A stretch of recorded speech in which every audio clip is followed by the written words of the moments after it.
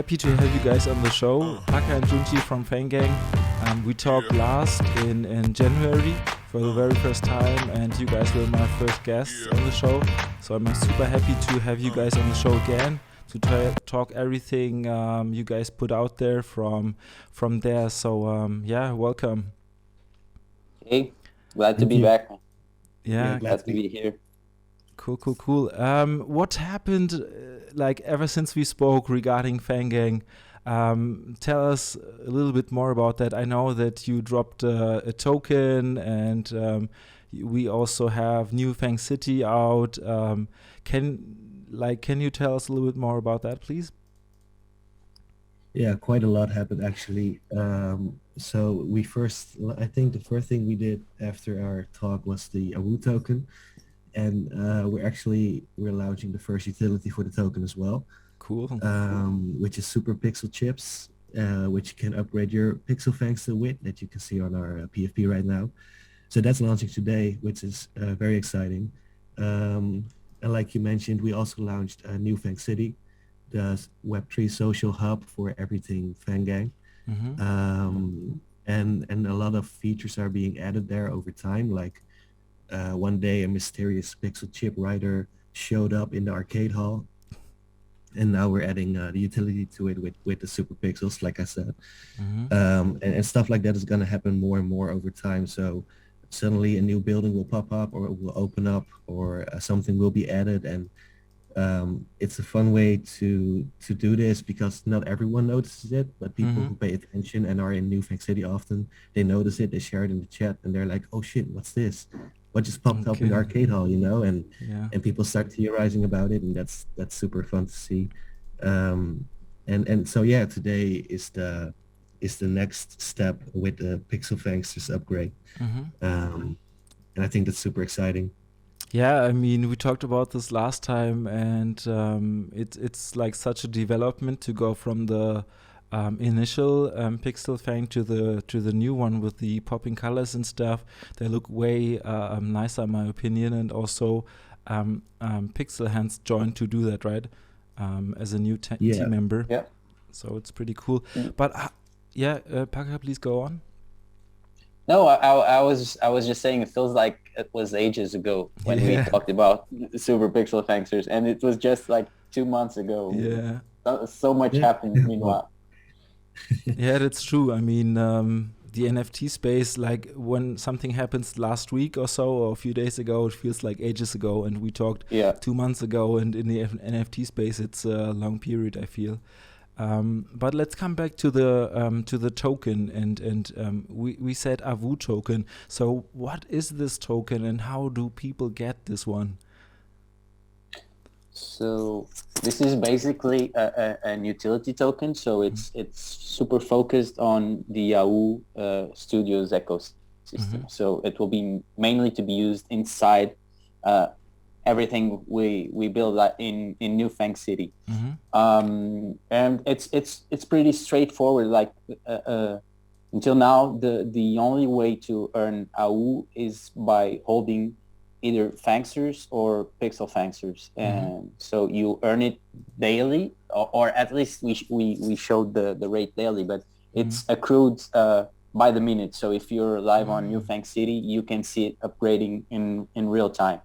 And basically you get, I think, 1,000 Awoo for each Fangster you hold per day, and 250 per each PxlFangster. True. Now with the supers coming today, supers will earn 500 a day. So this upgrade not only updates their visual aspect, but it also accrues you more Awoo, which is cool. That's interesting. So you go from 250 to 500, so basically double the amount of Awoo token you're getting there. I see. So in the beginning, I thought, okay, it's just the update of the look of the PFP, but this one I didn't know. So it's interesting to know that. And how does it work with the pixel chips? Do you need to change your Awoo to that in order to then use them to upgrade the PxlFang, or how does it work? Yeah, you'll be able to direct. You can mint it as an NFT and have it in your inventory, and pay Awoo for that, or you can mint it and directly apply it to a chosen PxlFangster, Okay. which saves gas fees as well. So it's nicer, smoother transaction.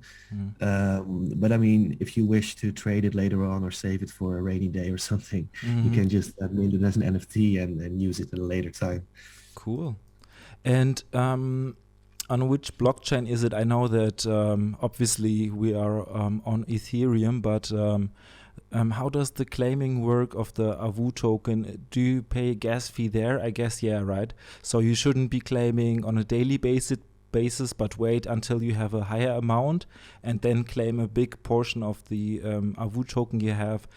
And how does it work with the Pixel chip? Do you need to pay a transaction fee there as well, or how does this one go? You can do it Yeah. all in one transaction. Like you don't even have to claim your Awoo before you can use it. So the way we set up the whole system is that if you've been accruing Awoo for a while and you want to buy like three SuperPxl chips, you just have to go to the chip writer machine, which Junshi was just talking about, and you will have the chance to choose how many SuperPxl chips you want to mint or apply to PxlFangsters, and then it will all happen in the same transaction. Like if you don't have enough Awoo in your new Fang City wallet, the UI will ask you to choose the Fangsters or PxlFangsters you want to use it from, and you just follow the process to the end, and it all happens in one transaction. So there will be gas costs, of course, because you'll be interacting with the contract, but or you'll be minting like 3 SuperPxl chips, and they will be ERC 1155 tokens.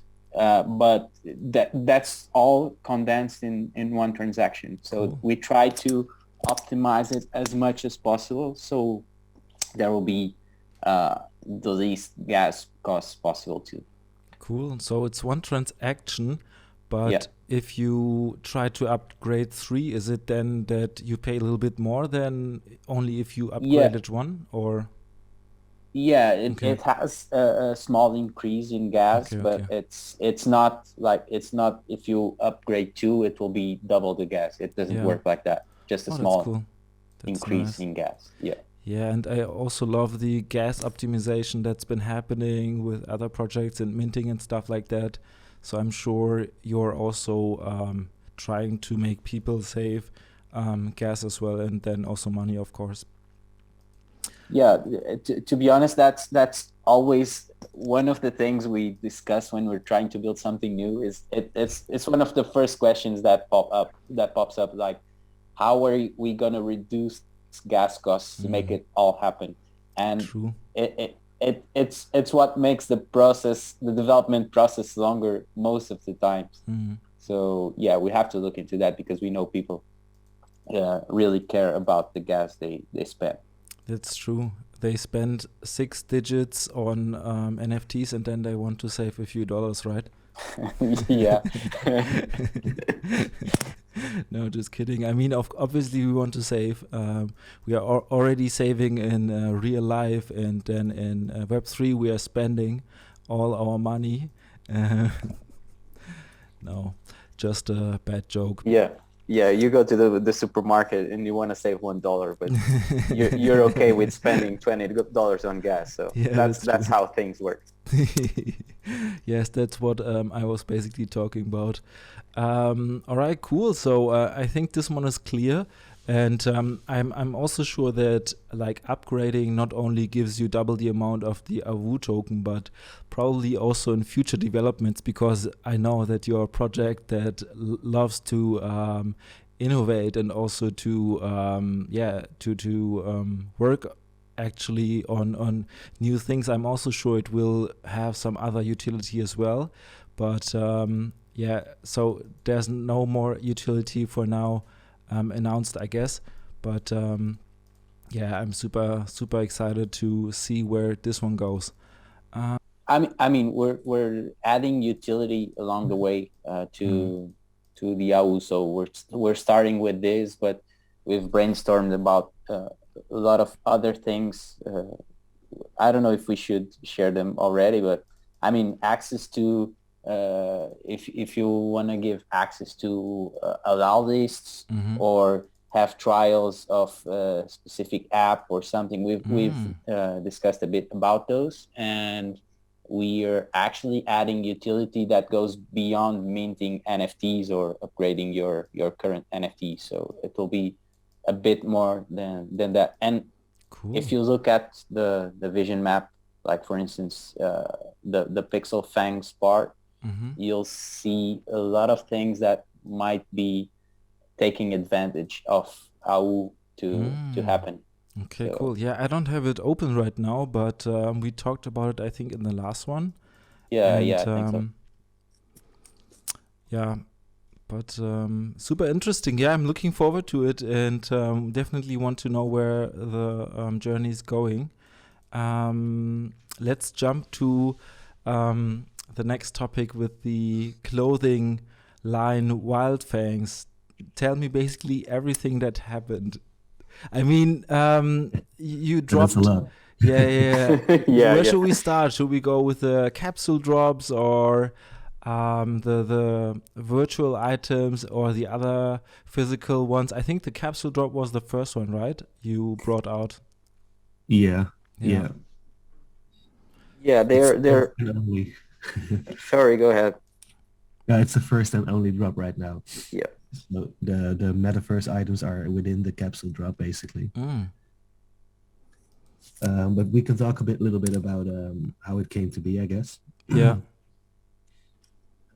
Let's do that. Yeah. So basically, we always had the idea of creating like good quality or high quality clothing instead of more cheap merch or something.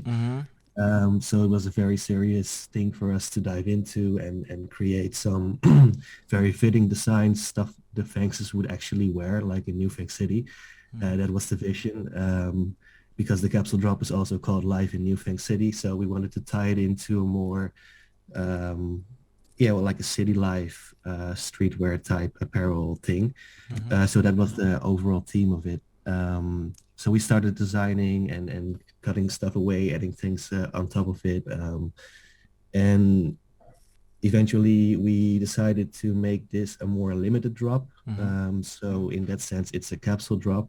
You have more limited, more exclusive, more detailed items in it. And so we had to decide, okay, what type of items do we want? So we definitely wanted a bomber jacket because that's just sick. You can add a lot of detail to it. It has like a pin on the arm and a lot of embroidery. Can we share those, also, or sorry? maybe can we share those I can pictures? share the Or, render yeah, maybe so we can see. so we have a visual. Yeah, this would be nice. I got it right here. Okay, cool. Yeah, So this is the bomber amazing. jacket. Yeah, nice. And so you can see we added a lot of detail to this one specifically. You have the animal pin here, little tag over here. This is embroidered. On this shoulder, it's embroidered, or arm. It has tags all over the place on the Yeah, I outside, on the neck. Love the details. Yeah, so I think this is definitely the main piece. This is all embroidered, like a big, huge patch on the back. It has some details on the inside as well. Nice. So yeah, that is why we chose to do a capsule drop, make it more limited and more detailed, and really come in like with a banger, like Yeah. don't have an underwhelming first drop, but make it extra big and extra cool. Yeah. Same for the Grills Gang hoodie. That the grills are a fan favorite trait. They became over time. So we had to include it, and we did want to do a little bit more something special with it. So we have the Fangster arm pattern on it. You don't really have that on hoodies a lot, like things on the sleeves. True. And the puff print on the front. So it's coming out, yeah. The black line is flat, and then the colors are all puff prints, so it's coming out. Nice. And then on the hood, You have the Fangster ears. You have ears out on the bottom. So that Nice. is those are all like small details True. we paid a lot of attention to, and which were super important for us to put in. Um, like maybe the crew neck might be, you could say, or the dad cap maybe might be the most simple, but even that one has embroidery on the front, on the back, and like a label on the inside. So it's all very FangGang like, and not merch. True. So yeah, we're super proud of it all together, and I know both Paca and me are super excited about streetwear in general. So it was super cool to put this together and drop this. Love it, love it. Yeah, Yes. so many And details and there's another thing that's super important, which is the production process, because sometimes you have ideas, but they're not feasible in the timing you have and with the resources you have. So we had to make sure we could create something that was unique, but that would still be ready to be presented during the Metaverse Fashion Week, where we showed this for the first time. So I think that's always the challenge. As we were talking before, like optimizing gas, like optimizing things for producing a full clothing line. It's also has to happen. So we to do that, we actually onboarded Didi into the team. He's our head of production, so he's been following the production of the pieces like closely, and we couldn't have done it ourselves, so we had to increase the team to make sure it all ended up being produced according to our vision for it. So it's not just having the idea and designing it, but then making it happen like you envisioned it. So I think that I'd say for us it was the bigger challenge, because we have the streetwear references. We love it a lot, so we know how to build stuff in this territory, but then you have to go up there and make it happen. So that was one of the biggest challenges too. yeah, that's true. I mean, have you guys been working with a clothing line or brand before? Or, I mean, you have your own ideas how you want to make it and stuff, but also putting it into reality might be challenging in the beginning, right? This was my first time, but I know Paca has a lot of experience with it. Yeah. Okay, cool. I've worked with, well, not on this level, but I've worked with band merchandising before, so it gave me some knowledge at least to know where to start. Cool. But this was on a different level, even for me. That for sure. I mean, it's so many details, and did you you also said, because it's like a separate clothing line or brand, right? So it's way No, go ahead. No, I want to say it's like it's not only merch, but you have like I don't know, it's way more than that. So was it easy or difficult to find someone to put your ideas into reality, or how did this one go? It goes beyond FangGang, because we wanted to create a specific brand for the streetwear. So that's how Wildfangz was born. But that's just the brand part. But when it comes to to making it happen and finding the right way to do it, I think it was a discovery process for us too. So we had a vision for it, but we had to learn along the way. That's true. Especially regarding, I mean, especially regarding production, because like you look at, for instance, the bomber jacket, and you see like you have the animal pin, and you have that keychain on the zipper, and you have the embroidery, and all of these parts are produced in different places. So you can't just deliver an image and the final artwork for it and expect for someone to produce it all in the same place. Like when you're going custom as we are, you need to find Yeah, a supplier for all of these things and arrange true. the transportation between one place to another. And so it goes beyond designing the pieces, but finding the whole timeline and the whole process to make it Mm, happen. So true. that was super challenging for us, Cool. um, because screen printing something is easy, but when you enter this level of detail, you have to find That's true. a supplier for each of these things and make Oh sure my they work God. together. And Yeah. yeah, so that's where Didi's help has been super essential, because he's been doing these connections and making sure suppliers work with each other. And Mm. yeah, so it's been it's been a long learning process for us too. Wow. Yeah, super cool that you added him to the team as well. And I was wondering on how you guys connected. Did you guys know each other from before, or because I feel like he has been of a lot of help for you guys to make these connections and stuff. And yeah, so how did you guys connect? And That's super funny, because it happened like every other member on the team. He was a yeah, collector first, okay, and then he joined the team. Like cool. we were exploring different suppliers and a different production chain Hmm. before he outreached to us. But then he actually made our lives simpler by Mm. inputting his knowledge and showing us a different way to put it all together. So Mm. uh, yeah, but we were working on the clothing line before Hmm.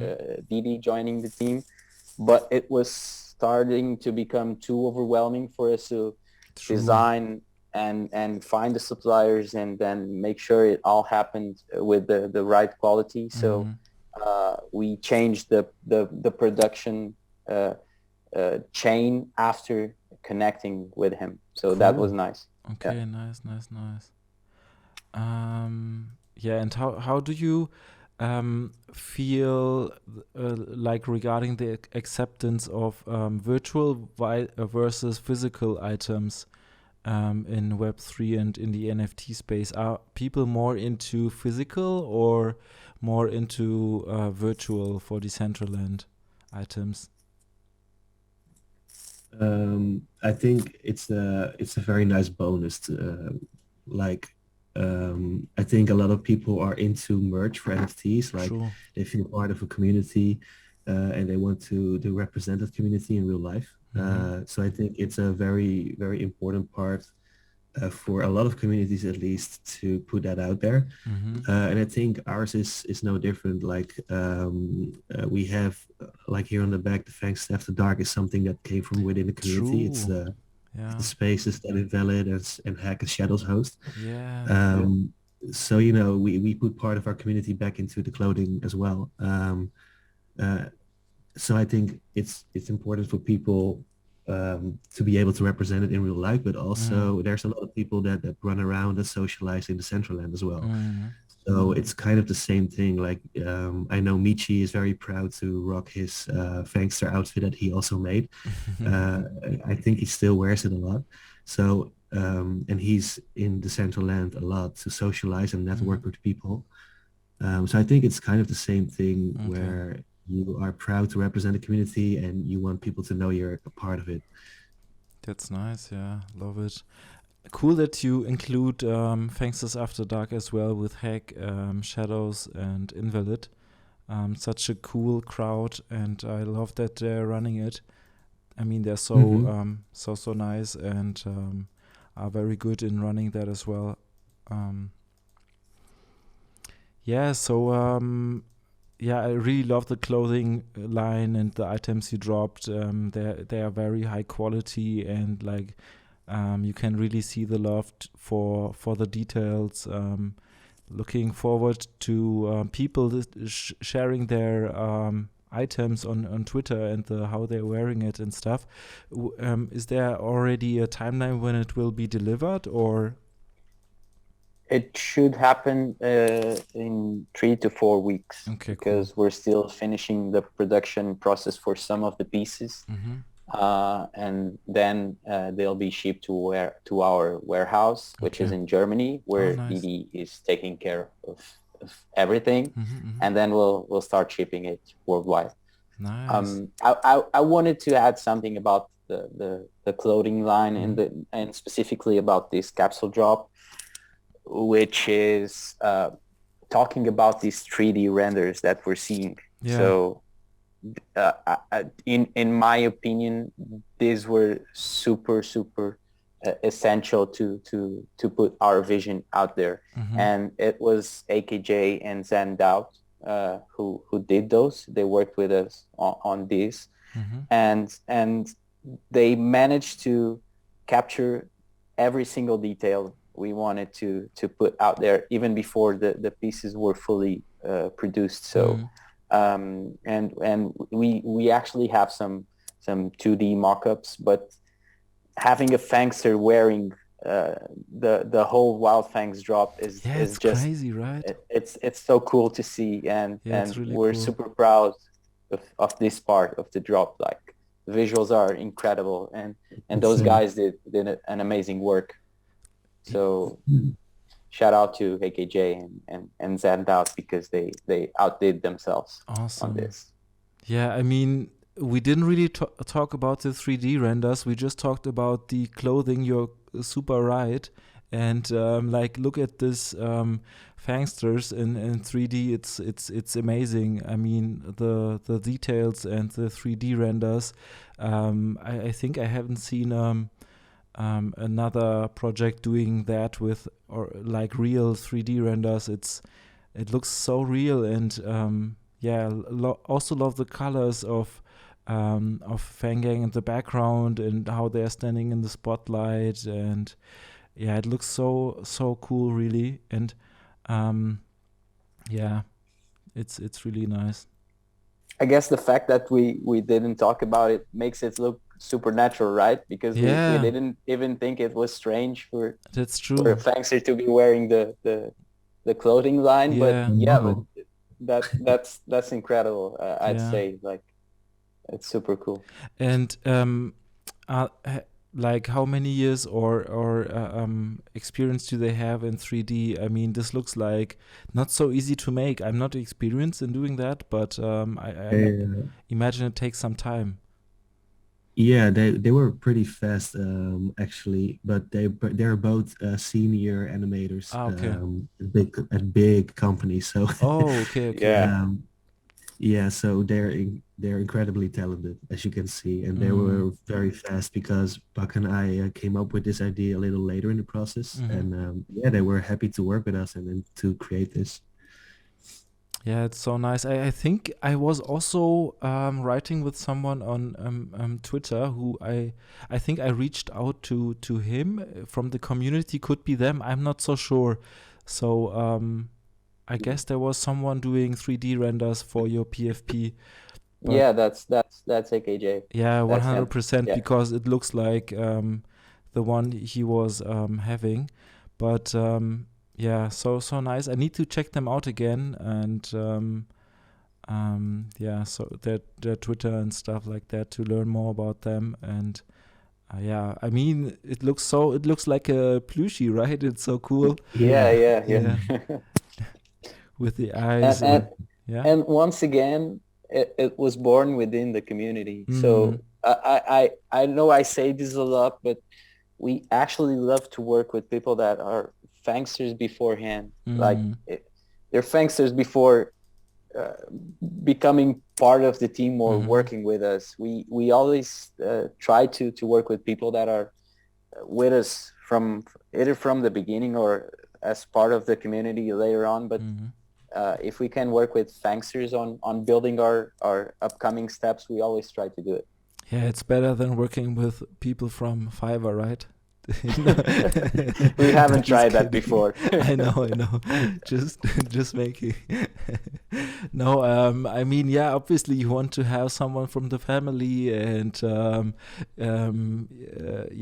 like, who are there as supporters from the early days, and who love the project as much as you do. So I think it's the best way of recruiting people and finding your own tribe. So I also love to see that. So it's really nice. All right, cool. So we talked about the amazing clothing line. Is there anything else we want to talk about regarding the Fashion Week show and the Decentraland event? How did this one go? I think it was an experimental Okay. Project for us, because I don't know a project that has done this before, like True. launching on Decentraland and having the store set up right there to sell physical pieces. So that was pretty experimental even for us, and it was an interesting experience. Like I think we're still in the early days regarding that, to be honest, because Decentraland is still heavy to run on a regular laptop, for instance. Like if you don't have a powerful graphics card, you'll have some trouble running it. Yeah. And we had to go through that, because like there's a lot of people that only browse on mobile, and they couldn't join the fun. So that part was we had to overcome it somehow. So we offered ourselves to get stuff on DCL for people that couldn't join, and then resell them directly. But we want to do we want to take the next step. Like now that the Metaverse Fashion Week is done, and we had fun. Like we found new places together with a few Fangsters, like we used to do on Web3, for instance. But now the next step for Wildfangz will be to create a more traditional store, like a Web2 store, to make sure everyone that wants to have access to the clothing pieces can do it, and not be depending out. Not depending on being able to run Decentraland or on their computer. So that will be the next step for Wildfangz, to make the pieces more accessible for people that couldn't get them so far. Makes sense. Yeah, love it. I mean, some people I think complain that it's like so difficult to do that, and you need to find it. And I don't know. I think not everyone in the NFT space is used to running around in Decentraland and doing stuff. And so, but I think it's a nice experiment, as you said, to try to go with the flow and check out new stuff. And I mean, it was an opportunity and you took it. So it's a cool thing, I guess, to do it. But to include other people, you also want to go the traditional line, which I like. Yeah, and it was an opportunity for us to be side by side with major names in the fashion industry and the streetwear industry. So we saw it as an opportunity to launch the brand. It was a mix of having a store out there, but at the same time having some awareness and gaining some awareness towards Wildfangz. So it was just a launch event, but the brand will live on beyond that. So I think that's the best we could take out of it. Like, that's very true. Making sure we launch with proper impact. Yeah. Love it. Very well said.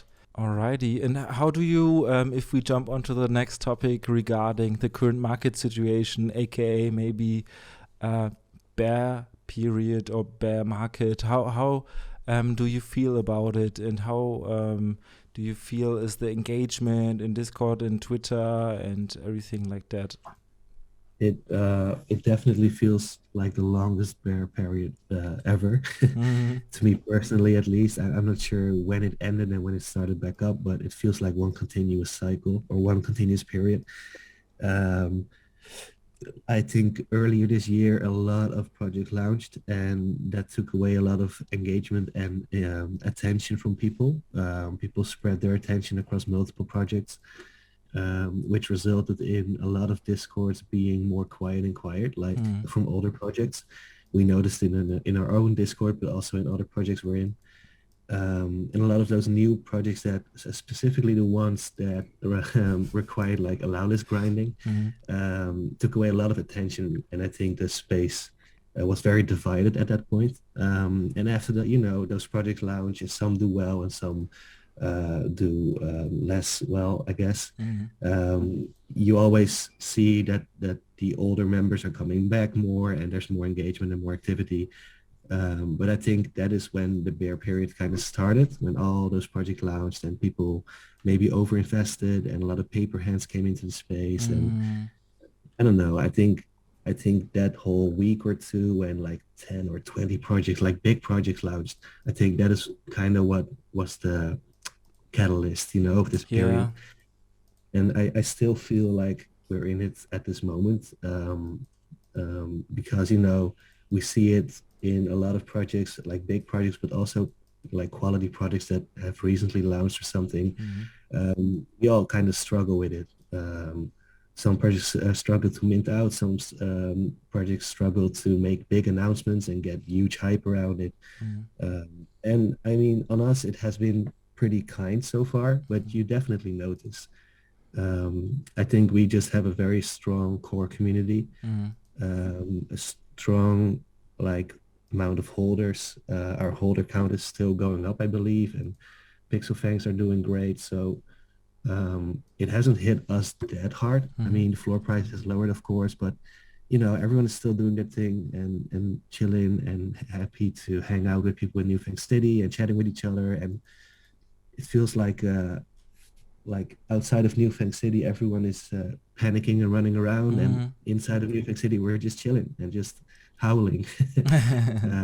I think that's one of the strongest points of FangGang, so people don't panic that easily and cause a ruckus just because there's a bear market going on outside or something. So yeah, that's basically how I feel and how I see it personally.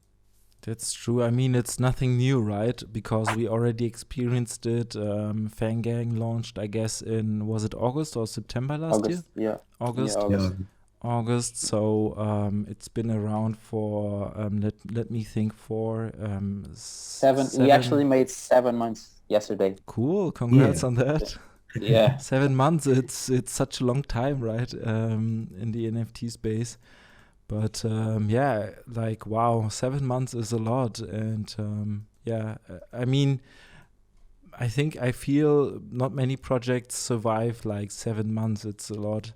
And and you were talking about we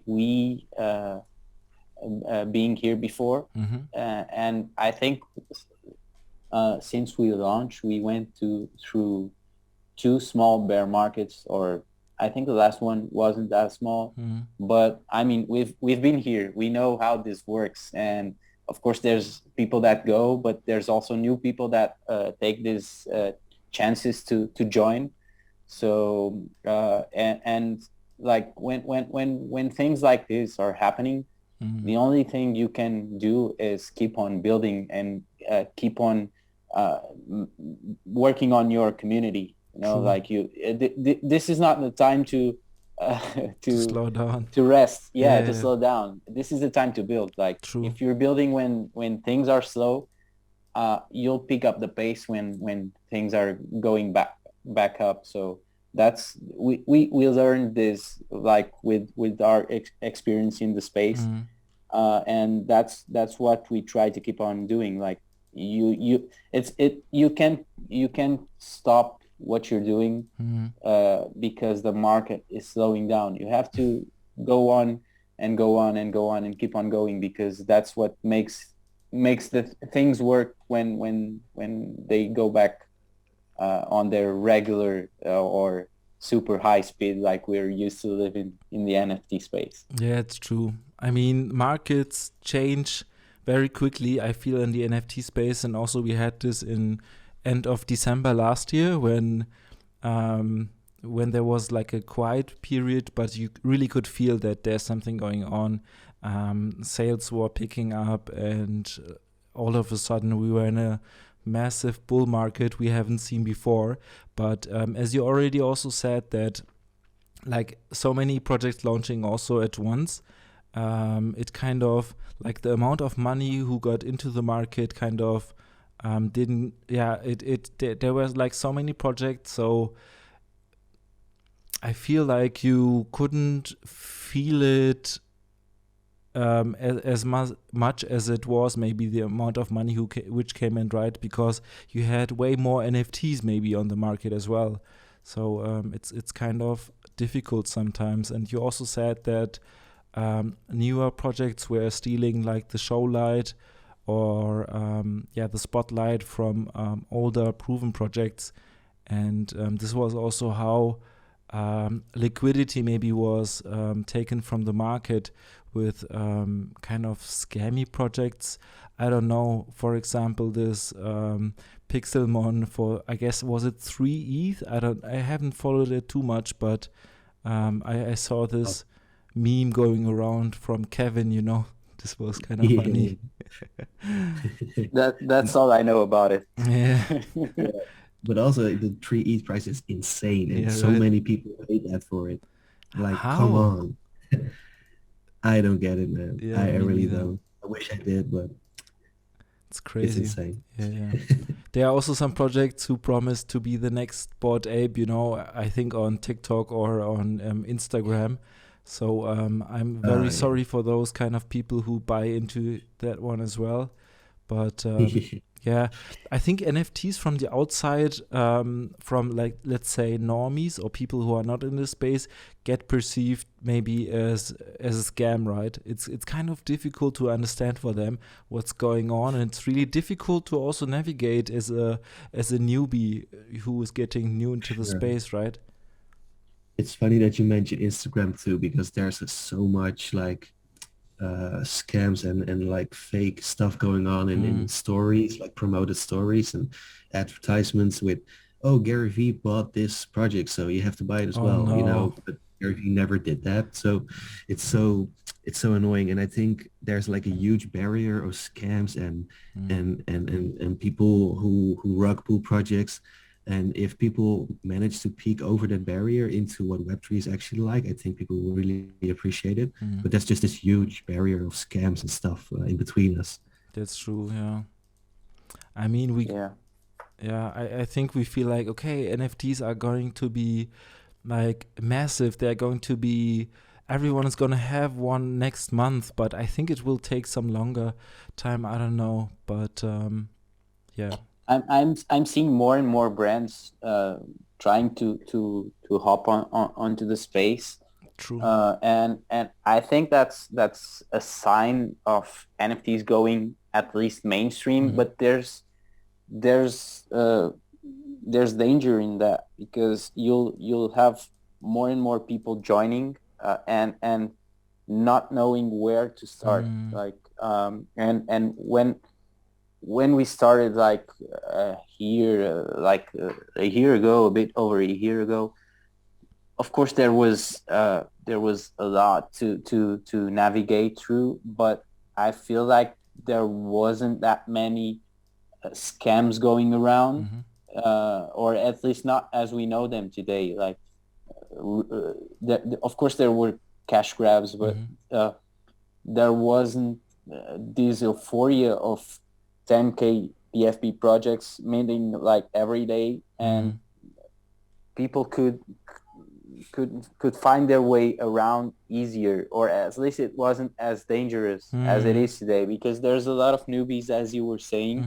And if we, the ones that have been here for a while, don't point people in the right direction, I think the general feeling towards NFTs might be not that good, because a lot of people will be scammed and will lose money. So that's what then goes to the general public, like the general notion of NFTs being a scam. So we have to work on that, and we have to be educators before being creators or being collectors, because we're the ones responsible to onboard new people properly. True. Yeah. So it's I don't have an answer for that, but when people ask me about NFTs, I try to I try to not oversell it, because people will think it's just super easy to be on board and make a shit ton of money, and it doesn't work like that. True. You have to know your way around. So I try to be cautious, of course, super excited about it, but I try to point people in the right direction before hyping them up about joining the NFT space. And it's up to us to do that, like to help people navigate the space properly and with the needed information to know your way around. Of course, you'll fail. We all fail every day, but we all get that's scammed. part of the process. Yeah, that's part of the process. But so just crazy. don't let it take you down. True. on the first interaction. Yeah, I love it. I mean, yeah, I think so too. There needs to be other stuff, and to help people get onboarded or make their life easier. I mean, many people out of the community of other communities, they kind of sometimes get scammed, and the people who want to do harm, they get cleverer every day. They invent new methods of getting your money, and I don't know, it's like a difficult space to navigate through, I guess, especially for newer people, but as it develops, it will grow and get safer and better, I know. So yeah, you have the challenge of not being not keeping it decentralized, but at the same time keeping it safe. So it's not an easy task, because when you start adding a lot of rules and people controlling stuff or entities controlling stuff, it stops being what it is, which is a decentralized space for people to build. That's true. That's true. So it's hard to keep it safe and decentralized at the same time, but we'll get there. Of course, hopefully. It's good. All right. Awesome. Cool. Thank you guys so much. Yeah. Have a good day and talk to you soon. Bye. Thank you. You too. Thank you. Thanks for having us again. Of course. And bye. Keep on doing it as well as you do. Thank you. Thank you. Bye. Bye.